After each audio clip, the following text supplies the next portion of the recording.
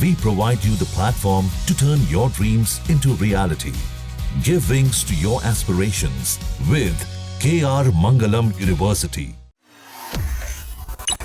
रूस और यूक्रेन के बीच काफ़ी लंबे समय से युद्ध जारी है। रूस को यूरोपीय देश बहुत बड़ा खतरा मानते हैं, इसलिए वो यूक्रेन के जरिए रूस को नुकसान पहुंचाने की कोशिश कर रहे हैं। यूक्रेन यूरोपीय देशों की सहायता की वजह से ही लगभग पिछले 3 सालों से रूस के सामने टिका है। इसी बीच ब्रिटेन में एक ऐसी रिपोर्ट सामने आई है जिसे पूरे यूरोप में डिस्कस किया जा रहा है। इस रिपोर्ट में ऐसा क्या है और ये कौन सी रिपोर्ट है? रूस और चीन को लेकर इस रिपोर्ट में क्या लिखा है?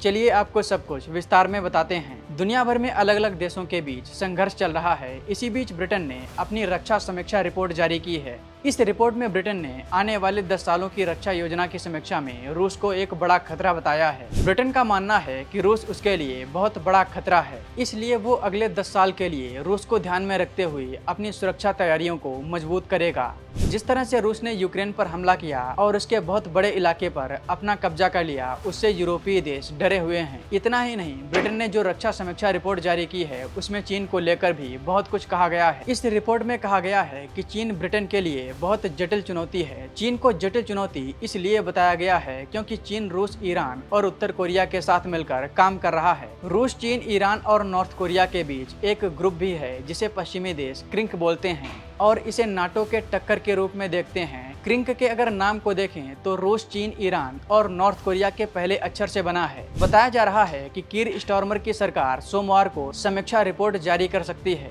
ब्रिटेन ने अपने सैन्य उपकरणों और सेवाओं के लिए 10 वर्षों की योजना को लेकर समीक्षा रिपोर्ट तैयार की है। पूर्व नाटो महासचिव जॉर्ज रॉबर्टसन की अध्यक्षता वाली टीम ने इस रिपोर्ट को तैयार किया है। ये रिपोर्ट 13 पन्नों की है। संभावना जताई जा रही है कि इस रिपोर्ट में ब्रिटिश सेना के आकार पर भी सवाल उठाए जा सकते हैं। शनिवार को यूरोपीय संघ के शीर्ष राजनयिक काजा कलास ने भी कहा था कि यूरोप चीन और रूस को दुनिया की सबसे बड़ी चुनौती के रूप में देखता है। उन्होंने कहा था कि जब चीन और रूस मिलकर 100 वर्षों में देखे गए परिवर्तनों और वैश्विक सुरक्षा व्यवस्था में, तो हम सभी को बेहद चिंतित होना चाहिए। यदि हम चीन के बारे में चिंतित हैं तो हमें रूस के बारे में भी चिंतित होना चाहिए। ब्रिटेन की सरकार ने कहा कि वह हथियार और विस्फोटक बनाने वाली कम से कम 6 नई फैक्ट्री बनाएगी। ब्रिटेन के रक्षा मंत्रालय की ओर से जानकारी दी गई है कि सरकार डिजिटल वेब टारगेटिंग वेब में 1 बिलियन पाउंड से अधिक का निवेश करेगी।